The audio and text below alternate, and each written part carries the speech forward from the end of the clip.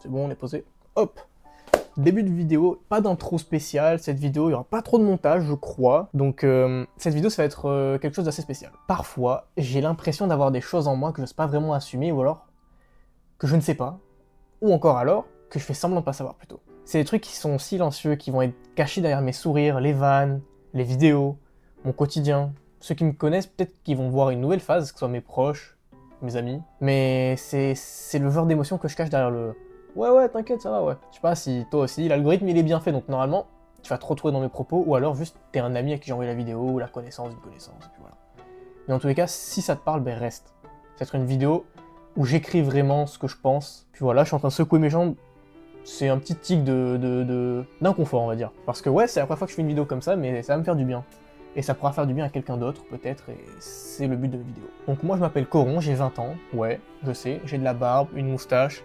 On dirait que je fais 17 ans, mais non, je ne suis pas un adolescent prépubère. Je suis un adulte confirmé, c'est faux bien sûr. Et je suis youtubeur, apprenti youtubeur. Du moins chez moi. En extérieur, je suis étudiant. Et le soir, je suis Batman. Je suis pas non plus quelqu'un qui se confie tous les jours, mais j'assume avoir peur. Alors, peur de quoi? Tu vas le savoir. J'ai pas peur de tout, pas peur tout le temps, mais j'ai peur de choses que je n'arrive pas vraiment à mettre le mot dessus ou alors à comprendre. Donc cette vidéo va m'aider à mettre un mot sur mes peurs, à bien les saisir, on va dire. Vous allez voir, il y a beaucoup d'impôts dans cette vidéo, donc je vais me reprendre, ou je vais dire des choses qui sont floues, que j'aurais pas vraiment travaillé. J'écris un minimum, mais j'ai pas vraiment écrit le fond, ou alors 2-3 idées, je vais m'aider d'elles pour avancer et avoir quelque chose de structuré. Donc ouais, j'ai peur. Pas de tout, pas tout le temps, mais j'assume avoir peur de certaines choses que je comprends pas, ou alors de trucs juste débiles que j'arrive pas à développer. Ou alors même je me suis rendu compte qu'il y avait des peurs que je ne soupçonnais pas, que j'ai ressassé il y a pas longtemps, je dirais il y a 2 jours. Là il est 22h15 je crois. Hier en allant au lit, je réfléchissais, je me parlais à moi-même, à voix haute, oui je fais ça, c'est très bizarre, et je parlais de qu'est-ce qui me bloquait dans la vie. Et c'est ces peurs-là. Donc cette vidéo va être là pour t'aider, toi qui es derrière cet écran. Je suis là pour tendre une main, peut-être qu'elle va être prise, donc ne me jugez pas, ça va me faire du bien, ça va faire du bien à quelqu'un. Cette vidéo c'est pas un push to talk, ça va être un nouveau concept, si on peut appeler ça un concept, où je vais juste aider des gens, parler. Donc on va commencer sans plus tarder par la première peur.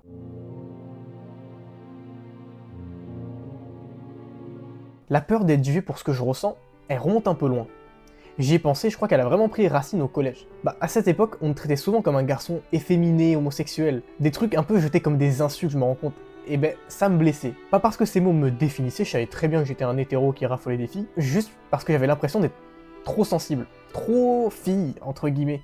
Et attention, je dis pas que une fille, c'est une insulte. Je dis juste qu'au collège, quand t'as un garçon, on était des PNJ au collège les gars, on était tous les mêmes. On était tous les mêmes skins purée. Et on voulait plaire aux filles, plaire à nos amis, plaire à notre famille, être quelqu'un de différent, de connu. Et quand t'essaies d'être toi-même et de te sortir du lot et qu'on dit que t'es une fille, on te rabaisse avec ça, tu pètes un câble.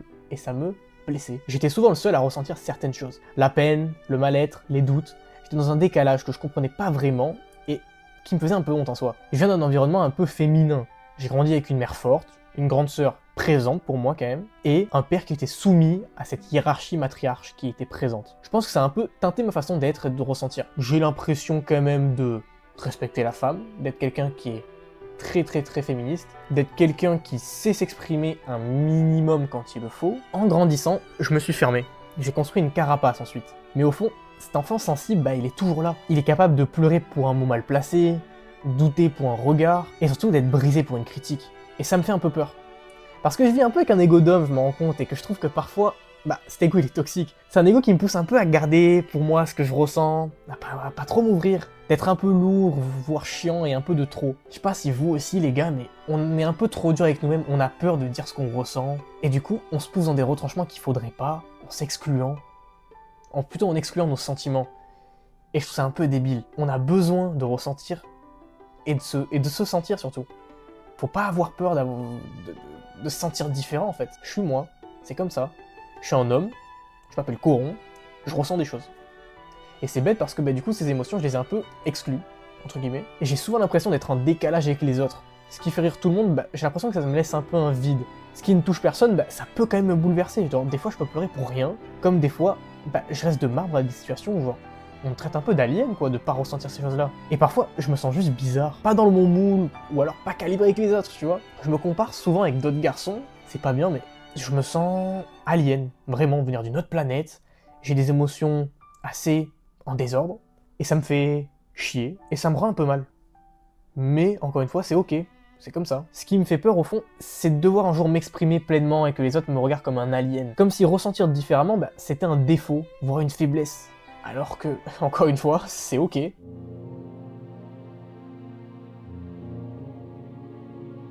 La peur de ne jamais vraiment réussir. Cette peur-là, elle est un peu bizarre parce que, au fond, j'ai toujours su que j'étais intelligent. Dit comme ça fait vraiment arrogant. Je sais, voilà. On va pas tourner. Je sais que je suis intelligent. Mais c'est pas de l'arrogance. C'est un constat. Cognitivement, socialement, émotionnellement, j'ai toujours un peu eu d'avance. Depuis petit, mes profs me répétaient que je gâchais mes capacités, que je pourrais faire beaucoup plus si je m'en donnais la peine. Et c'est vrai, j'ai toujours été le mec qui se contentait d'avoir plutôt 14-15 plutôt que 20. Et avec le temps, je me considérais même un peu supérieur aux autres parce que quand je regardais les tryharders de ma classe, les mecs qui vivaient pour leurs études, qui avaient 14, et ben ça me rendait heureux d'avoir 14 autant qu'eux. Je pouvais taper un 10 comme un 14. Et pour moi, ça me suffisait de prouver que, en ne sachant rien du cours, juste avec mon franc-parler, mais un peu mes airs de sophiste, parce que je suis ton sophiste préféré, et je m'en sortais. Et c'était prétentieux, orgueilleux, voire méchant, parce que du coup, je blessais peut-être les autres, en fait, sans m'en rendre compte en disant « Ouais, c'est de la merde d'avoir 14 que j'ai pas révisé. » Mais le mec a travaillé, qui fait des efforts parce que le mec, il galère chez lui. Il a peut-être pas un bon environnement, je le faisais se rendre mal, en fait. Donc oui, c'est pas glorieux, mais c'était ma manière d'exister, montrer que je pouvais faire sans effort ce que d'autres faisaient avec. Mais à un moment, ce jeu, ça a eu ses limites. À partir du bac, je me suis rendu compte que mes facilités commençaient vraiment à chuter. Je pouvais pas compter que sur moi, et que surtout avec les spécialités, SES et jeux au pot, fallait avoir une grande connaissance que le prof te transmettait. Et que là, je me tapais des 8, des 11, des 12, max, pas plus que 12. Je me disais, merde, le bac, fais gaffe. J'avais l'impression que le monde, il demandait plus qu'un talent brut. Fallait réviser, il fallait bosser, il fallait que je me prouve en fait que, ouais, j'ai raison d'être intelligent, et de le prouver quoi, et de le montrer à tout le monde. Et là, c'est qu'une autre peur est un peu née à l'intérieur de cette même peur. Celle de ne pas réussir, aussi facilement que je l'ai toujours fait. Celle de décevoir surtout ma mère. Celle qui me met sur un piédestal, plus que les profs même. Elle est fière de moi, elle croit en moi, elle me pousse. Et moi je lui dis toujours que je vais y arriver, que je finis toujours par tenir ma parole en quelque sorte, même si je me rends compte que c'est plus dur que prévu, parce que je promets des choses, mais j'ai un peu honte si j'y arrive pas, du coup ça me pousse un peu à y arriver. J'ai peur de pas être à la hauteur de l'image qu'on a de moi. Et parfois, c'est moi le premier à trop en dire. Ma bouche elle va plus vite que ma tête, et je me promets, j'annonce, je fanfaronne un peu. Alors forcément je dois réussir, sinon je perds la face. Je finirai toujours par atteindre mes objectifs, c'est sûr. Mais pas comme en étant le meilleur, plutôt comme celui qui a fait juste ce qu'il a dit, quoi. Et parfois, je me demande si ça suffira.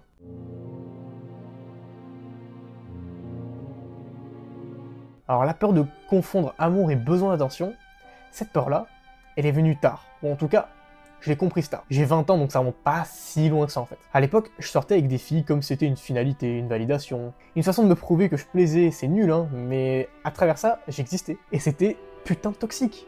J'étais un connard de misogyne.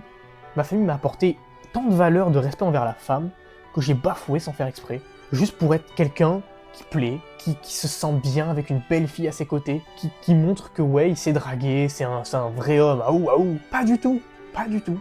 C'est misogyne de la considérer comme un objet, de se dire ouais je sors avec une belle fille, c'est un plus, socialement je suis quelqu'un. Non, ça sert à rien, et heureusement que j'ai changé purée. Parce que c'était débile, vraiment. Et j'ai honte de moi. Si je me revois plus jeune, je me fous une baffe, vraiment. Et je m'en suis rendu compte, genre, à la fin de ma deuxième relation, je me suis dit c'est pas normal en fait, je suis pas amoureux, c'est pas normal. Je leur mentais en disant que j'étais amoureux, et c'est débile. Parce que en faisant ça, comme je le disais, je traitais un peu la relation comme un trophée. Je voyais pas vraiment la personne en face de moi, je voyais un plus, un bonus, un truc pour me sentir mieux dans ma peau, et franchement, c'était une vision assez misogyne. Une femme, c'est pas un accessoire émotionnel, c'est une personne, avec ses forces, ses failles, son énergie, son vécu, son âme, quoi. Et moi, je la mettais dans une case, en fait, comme un appui, un miroir flatteur. Ça me dégoûte un peu de l'admettre, mais j'ai agi comme un connard. Pas volontairement, mais par ignorance, par insécurité, et c'est ok. Je vais dire beaucoup de fois ce mot, mais c'est ok de faire des fautes tant que tu les admets et que t'es là pour t'améliorer, en fait. Pour moi, le passé, je reprends un peu l'expression de la première vidéo, c'est un miroir. Quand tu regardes derrière, tu vois ton passé, tu dois l'assumer, il est là. Mais est-ce qu'il te reflète? Est-ce que tu es d'accord avec ce qui s'est passé? Forcément, t'es quand même la même personne, mais t'as évolué, t'as fait des erreurs. Parce que le miroir du passé, il existe. T'es censé te reconnaître un peu en lui. T'es pas censé être d'accord, mais t'es censé te voir toi. Et c'est grâce à cette vision de toi horrifique, qui peut te terrifier, te dégoûter, voire être malsaine, que tu te dis « Merde, faut que j'évolue, je peux pas rester comme ça en fait ». C'est ça qui m'a aidé un peu à changer. Aujourd'hui, je crois que je sais enfin faire la différence. Je sais quand je cherche juste de l'attention, quand j'ai peur d'être seul, et quand je ressens quelque chose de sincère. J'essaie de plus me mentir à moi-même et surtout à la personne d'en face. Avant, je me forçais à croire que j'aimais, je me restais le truc dans la tête en mode « allez, ça va le faire », alors qu'au fond, je savais que ça allait pas durer plus de 2 mois, quoi. C'était éphémère. Ce qui m'est arrivé, je pense, c'est mon ex. Elle m'a montré un autre visage de la relation. Pas un truc de confort, de survie, mais un vrai lien. Quelque chose d'égal, de profond, et ça m'a changé. Et je vous souhaite tous une relation comme ça. Certes, ça s'est fini pour des raisons. C'est comme ça, j'avance. Pas attaché à cette relation avec mon ex, juste je la remercie pour tout ce qu'elle m'a apporté.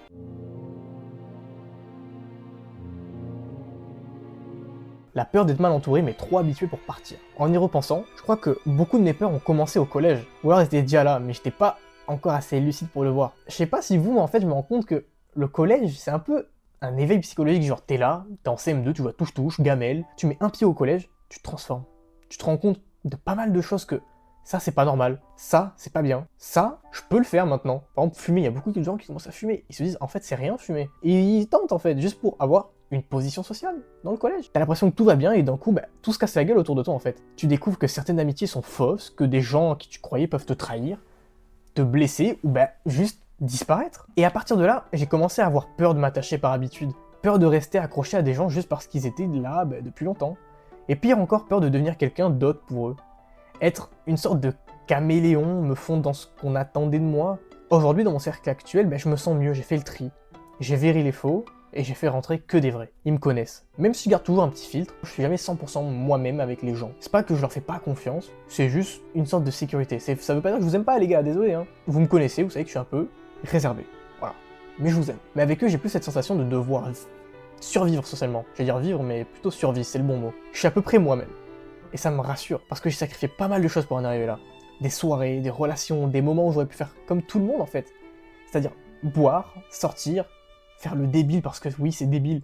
Concentrez-vous à avoir des études stables, à avoir des facilités dans les cours, à avoir des passions, à avoir des projets. Parce qu'après la vie elle passe à une rapidité folle les gars. J'arrive à 20 ans, je me pose encore des questions sur qui je suis. J'aurais aimé qu'on me dise, réfléchis, juste ça, c'est important. Construis-toi, crée-toi une personnalité.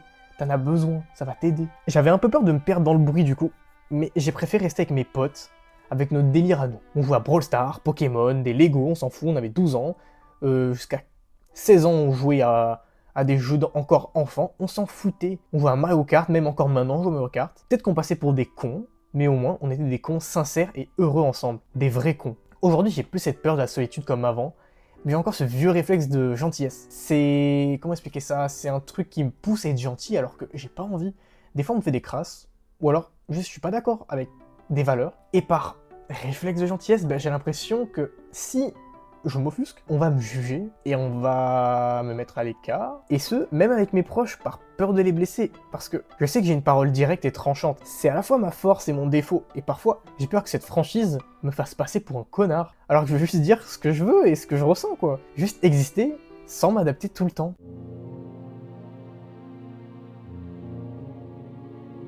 La peur de ne pas savoir qui je suis vraiment. Cette peur de ne pas savoir qui je suis, elle a vraiment commencé à me coller à la peau quand je suis devenu étudiant. C'est-à-dire il y a 2 ans, après tout ce que j'avais vécu. Les amitiés ratées, les relations bancales, les attentes déçues. J'ai commencé à me construire une sorte de personnage. Le mec drôle, chill, souriant, je voulais vraiment être le nice guy, le mec que t'as envie d'aller voir, le mec sur qui tu peux te confier, je pense qu'on est beaucoup dans ce cas-là. Je voulais être le personnage, that guy, him.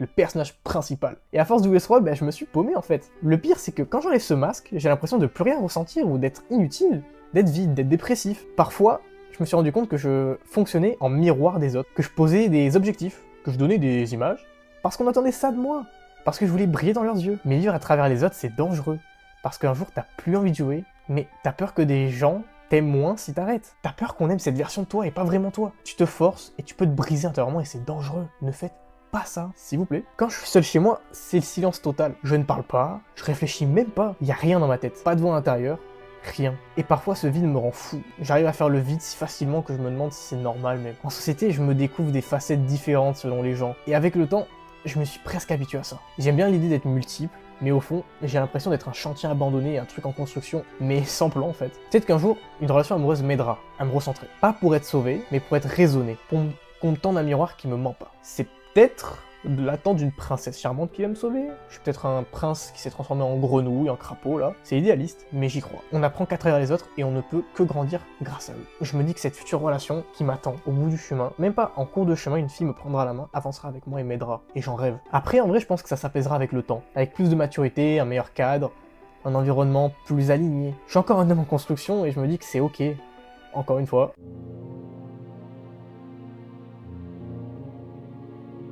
La peur de ne jamais trouver la bonne. Cette peur, elle est récente. Elle a poussé après une rupture. Et même si je suis contradictoire, je suis pas vraiment le mec qui croit non plus à la comédie romantique de M6, tu vois. J'ai cette certitude presque ancrée que quelqu'un m'attend, que quelqu'un me tendra la main, et quand nos chemins se croiseront, ça sera limpide. On marchera ensemble, pas besoin de chercher, pas besoin de douter. Elle comblera mes failles. Je réparerai les siennes, une complémentarité presque divine, voire parfaite. C'est beau dit comme ça, hein, peut-être même trop. Mais voilà, j'ai peur, parce qu'on vit dans une époque bizarre. Une génération où les valeurs, les projets, le respect, la fidélité, on dirait que tout ça, ça s'est dissous dans des verres de vodka pomme. Autour de moi, j'ai des potes. C'est des gars mariables, droits et bons. Parce que oui, les gars, vous qui êtes derrière cette vidéo, mes potes proches, je vous aime, vous êtes trop mariables. Genre, on a grandi ensemble, on a des valeurs, on s'est forcé à être des gars bien, à se préserver, à pas faire des conneries, et je suis fier de nous. Dédicace aussi à toi, Daniel, je t'aime, sors avec moi, s'il te plaît. Mais en dehors de ce petit cercle-là, c'est la foire. Tromperie, faux semblant, j'envie de sens, de passion, de cerveau parfois. Et j'ai peur parce que je cherche ce que je ressens, ce que je suis, ça soit devenu minoritaire, voire au pire, naïf. C'est vrai, quand je me confie sur mes attentes à une fille, avec qui je parle et que ça dure forcément 3 jours, quand je lui dis tout ce que je pense, mes attentes, bah elle me dit mais ça arrivera jamais, hein, tu peux pas choisir de qui tu tombes amoureux. Non, mais tu peux faire en sorte de tomber sur la bonne en fonction de comment tu t'y prépares. Je sais pas si je suis flou en fait, mais je me dis, si je suis un gars bien, et que je fais tout pour être un gars bien, je tomberai forcément sur ce qui me va. Donc une fille bien. J'ai pas besoin de physique parfait, j'ai pas vraiment de goût idéal, je veux juste qu'elle ait de la lumière dans les yeux. Qu'elle soit indépendante, forte, passionnée, vraie. Et je me rends compte que c'est plus rare que prévu. Je veux pas finir avec quelqu'un qui m'a juste plu 2 mois, mais que j'ai gardé par habitude. Et encore moins avec quelqu'un qui m'aura trahi dans le dos en fait. Parce que, ouais, je manque de confiance en moi et en les autres. Chaque compliment, chaque je t'aime, je les décortique et je les soupèse. Et je me demande si c'est vrai ou pas. Je me dis, moi, je ne tromperai pas. Mais est-ce qu'elle pensera pareil? J'ai peur d'être sincère avec quelqu'un qui ne joue qu'un jeu. J'ai peur d'aimer quelqu'un qui me ment. Et même si je sais que le temps et les actes peuvent construire une confiance, j'ai cette tension en moi. Cette attente d'une non-loyauté sans faille dès le début. Ce besoin d'être sûr que ça va être vrai. Et c'est problématique parce que c'est ma peur, elle est crue, elle est brute, mais elle est réelle. Je me vois pas être dans une relation et attendre que la personne, je puisse lui faire confiance, c'est débile. Pour moi, aimer quelqu'un, c'est faire confiance. Donc si j'ai pas confiance dès le début, ça ne marchera pas. Et c'est bête de penser comme ça parce que tu peux pas avoir confiance en tout point dans une personne comme ça. La confiance peut mettre même 10 ans à arriver. Et moi, ça me bloque. Je sais pas si je suis jaloux, si je suis possessif, ou juste si je suis insecure, ou même tout en fait. Mais j'ai juste peur. Voilà, c'est le but de la vidéo en fait. Et je continue d'espérer pourtant. Parce que même si je suis le genre de gars à préférer de jouer à la play en caleçon toute une soirée plutôt qu'un dîner romantique, je veux que cette personne me fasse poser la manette, que sa présence seule me suffise. Et j'espère qu'elle arrivera. Sous peu.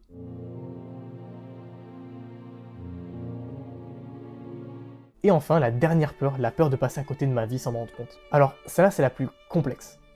Je pense qu'on est beaucoup. Donc, celle-là, je vais vous la lire. Je l'ai écrite, et elle va être là pour être lue, parce que j'arriverai pas à l'expliquer mieux que quand je l'ai écrite. Je ressens cette peur depuis le lycée. Elle a grandi chaque jour en moi.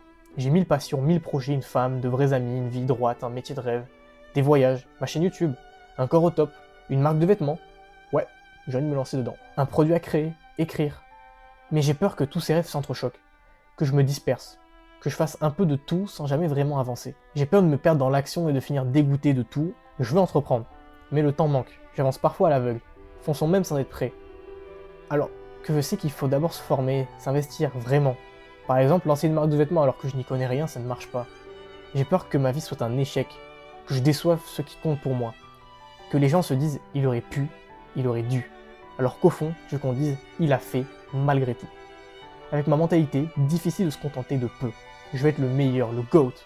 Mais cette peur me pousse parfois dans des retranchements. Alors c'est la fin, franchement j'ai kiffé faire cette vidéo. C'était bizarre et à la fois intriguant, mystérieux, gênant. Et fascinant en fait de écrire sur moi-même, sur ce que je ressens vraiment. Je le conseille à tout le monde vraiment. C'est pas obligatoire, hein, genre faut pas le faire non plus en public, tu vois, mais si t'as le temps, pense un peu à toi, c'est important. Prends un livre, lis, renseigne-toi sur plein de choses, et à la fin pose-toi les questions que t'en as tirées de ces livres, tu vois. c'est important. Pas forcément des livres, juste des trucs culturels, qui te remettent en question, des films, des séries, il y a de tout les gars, même des dessins animés, des mangas, il y a tout. Vraiment, c'est important. Parce que si tu le fais pas, t'avances dans le vide, dans le grand monde qu'est la vie en fait, dans la grande vie qu'est le monde. Comme je disais avant que je dérive, c'est important de se trouver et de se créer. Et d'ailleurs, tant que j'y pense, c'est le prochain thème du Push to Talk. J'ai pas vraiment d'idée de titre, ça va être se trouver, se créer pour l'interrogation. Ou alors, qui je suis, ça va être le prochain thème. Le titre est encore en chantier, j'ai rien commencé, hein, c'est juste là, dans un coin de ma tête, et peut-être que ça sortira même jamais parce que j'arriverai pas à bien faire ressortir ce que je veux. Et j'ai pensé à faire une suite à cette vidéo, mais je ne sais pas déjà comment elle va être reçue. S'il faut, je vois que des commentaires en mode ouais, de faire la suite, plein de commentaires de filles. Non, mais juste en gros, elle va m'aider, elle va aider des gens, c'est important de le faire, tant pis si elle flop. Mais si elle marche, je ferai une suite.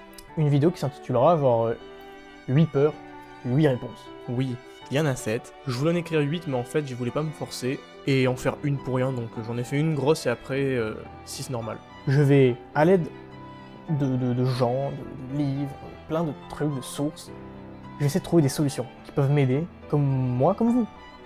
Et je vais aller les confronter à des gens, c'est-à-dire que je vais interviewer 8 personnes, ou peut-être un groupe de personnes, et leur demander de l'aide. Voir un psy même, ce serait génial, mais je sais pas encore comment faire, à voir, et je pourrais en parler en fait. C'est important, ça peut aider des gens. Et bon, je vais pas mentir, j'ai besoin d'un coup de pouce. Je vais pas prendre des gens aléatoirement si ça marche pas, tu vois, j'ai pas envie de les mettre dans la merde, qu'ils soient gênés, moi je m'en fous. Si je suis gêné, c'est pas grave, c'est mon concept, c'est moi et mes couilles. Si ça me trash talk, c'est mon problème, mais eux, c'est pas pareil. Donc j'ai besoin de votre aide. Montrez-moi que ça vous intéresse. Si sur la vidéo il y a 30 likes, c'est beaucoup, on n'est même pas 30 sur la chaîne. C'est bon. S'il y a 30 likes, je ferai cette suite. Et vous pouvez le faire parce que je regarde, sur la première vidéo on est à 100 vues, sur la deuxième on est je crois à 50 vues, ça fait 2 jours qu'elle est postée. La troisième elle est encore en cours de montage, mais du coup promis je ferai la suite. Donc je vous laisse sur cette outro bien longue et bien chiante, et je vous fais plein de gros bisous et à bientôt.